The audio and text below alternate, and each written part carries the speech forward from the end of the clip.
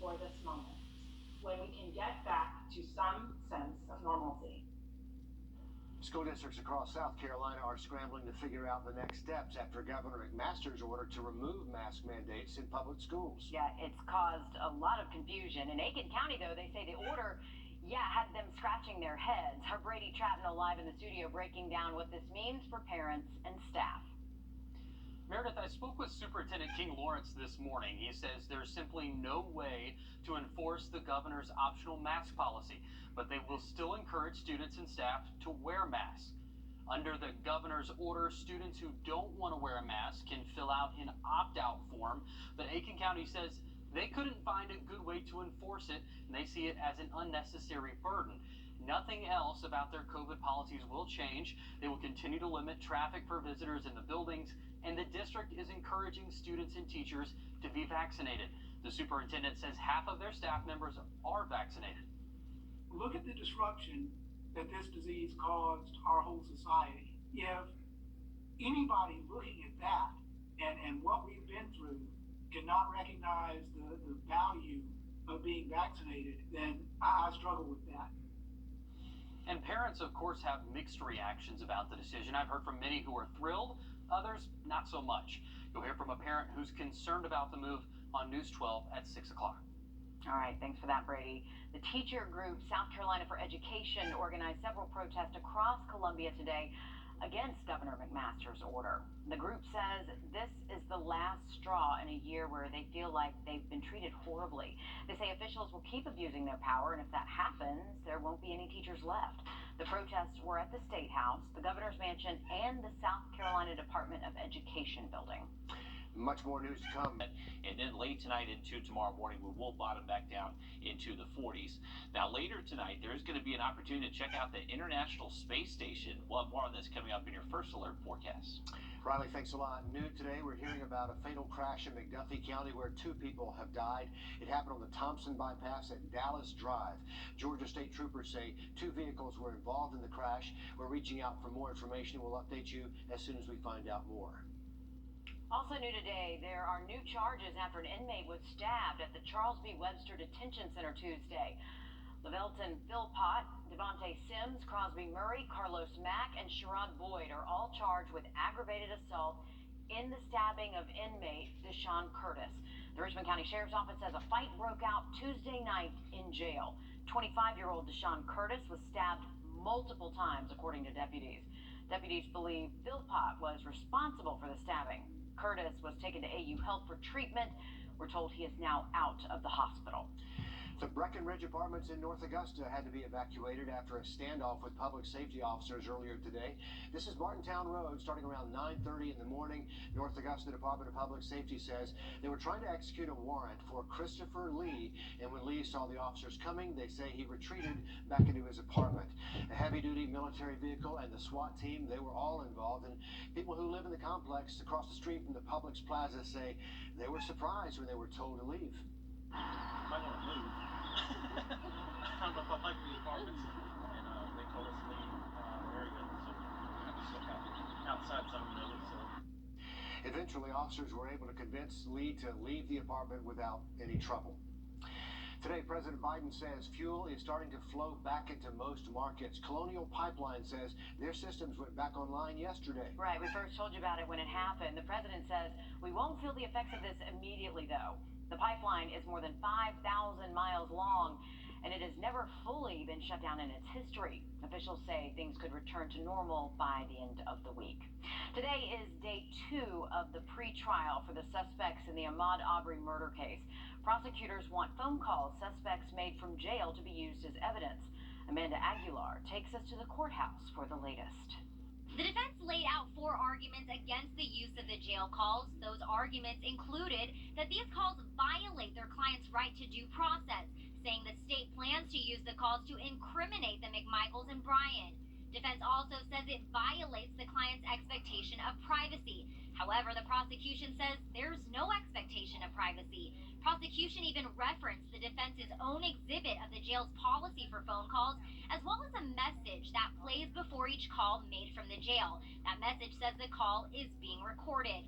Prosecution also came back with testimony given by the defense's witness, who's the deputy that oversees jail calls, and she testified that having access to a phone isn't a right, it's a privilege. They're not required to give you access to telephones because you're confined pre-trial. And there is absolutely no right to talk on these telephones at jail. It's a privilege and a courtesy given to defendants. Some defendants choose to use it, while other defendants choose to not talk on the telephone. Thus, the jail calls should not be categorically excluded based on due process grounds. The judge has not made a decision on that motion yet. We're also waiting on a motion that would allow the defense to use Aubrey's past criminal history as evidence. Of course, we'll update you as soon as a judge makes a decision. Investigators say a recording of a classmate confessing to the murder of 17-year-old Kendrick Johnson is fake. Johnson is the Valdosta High School student found rolled up in a gym mat in May. They say the video was made by a cousin of a family member supposedly being sued by Johnson's family over his death, and the Lowndes County Sheriff's Office got the recording back in March. Johnson was found dead in his high school gym back in 2013. Investigators are still working on that case. Today, Governor Kemp made Georgia the latest state to cut off federal unemployment benefits. The governor says that will start sometime in mid to late June. South Carolina is ending its benefits next month as well. More than a dozen states have made the move to try to get more people back into the workforce. Michael George tells us more. From Texas to Indiana to Wisconsin, restaurants are looking to hire. What we found is there are not a lot of workers. Senate Republicans blame the enhanced federal unemployment benefits, saying they're an incentive for workers to stay home. We had job fairs in our cities. Nobody showed up. Florida's Marco Rubio introduced legislation to repeal the federal program, which pays $300 a week on top of state benefits. It's logic that if you're going to make close to or as much, in some cases more than what you do in your work, you'll go back to work when that expires. More than a dozen states have already made the move.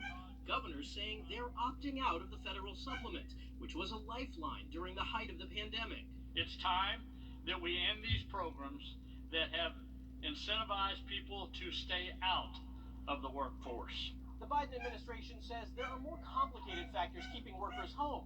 Some are still concerned about COVID-19, and others struggle to find childcare. The nation has more than 8 million job openings, but Bankrate's Mark Hamrick says there's no hard evidence that workers are choosing to stay home, and he believes the extra benefits have served an important purpose. I do think that these payments have made a big difference, and this is one of the things that has been used to, I'll say, mitigate the exacerbation of wealth and income inequality that has long been an issue in this country and has been worsened during this downturn.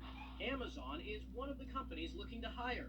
The retailer has 75,000 openings to fill and is offering bonuses to attract workers. Michael George, CBS News, New York. Meanwhile, McDonald's raising wages for its U.S. company-owned restaurants. Employees will get a raise of about 10% per month for the next several months. Entry-level employees will make anywhere from $11 to $17 an hour.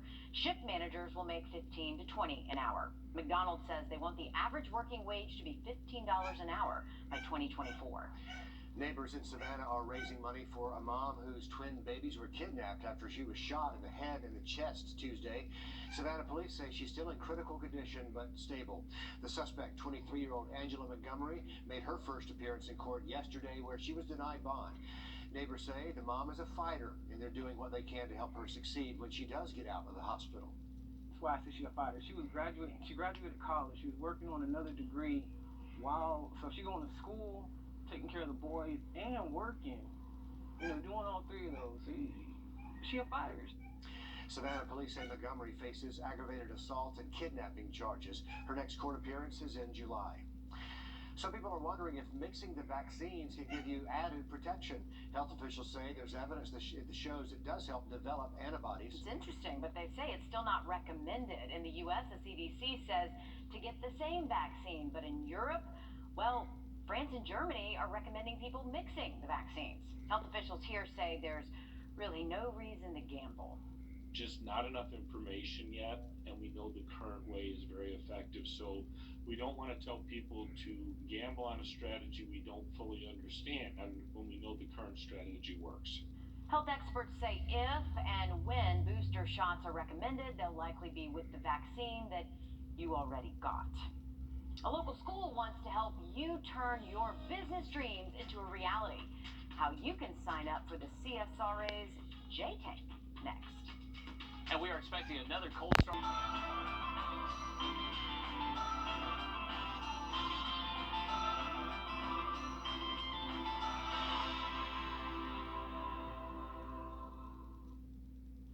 The Jesse Norman School of the Arts developing a new program that's kind of like the mini version of the show Shark Tank. This one is called J-Tank. Officials think it's a chance for low-income families in our area to pitch business ideas.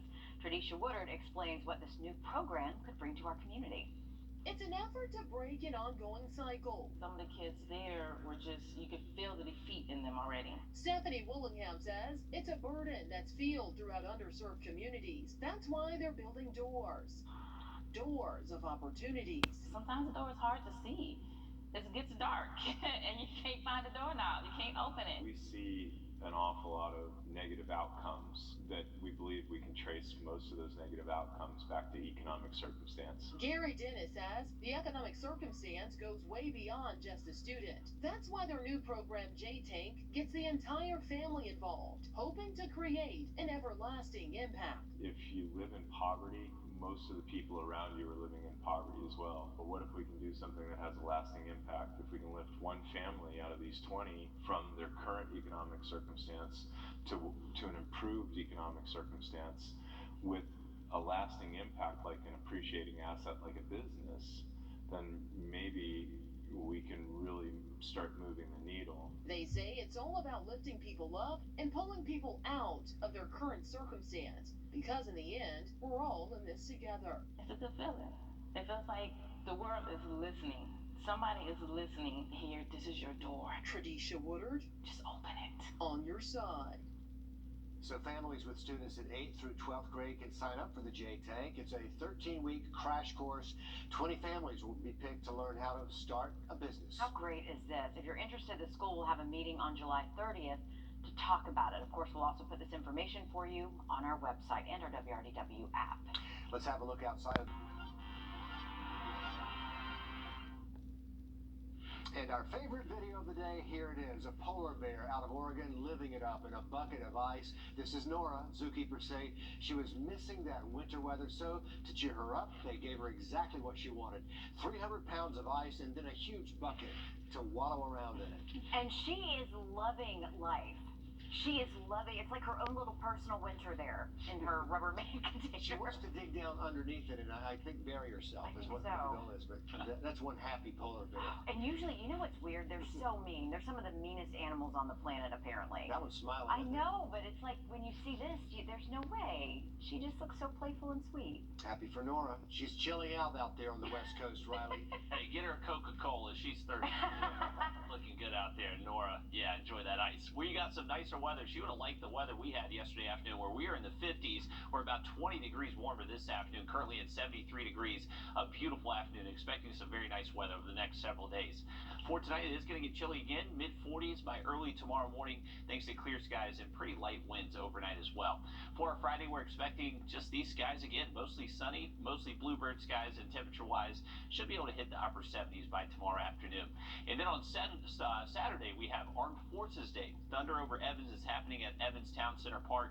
When gates open, we should be in the low 80s, and then towards the end of that event, once fireworks start, we should be in the 60s, so a very comfortable evening for that event on Saturday.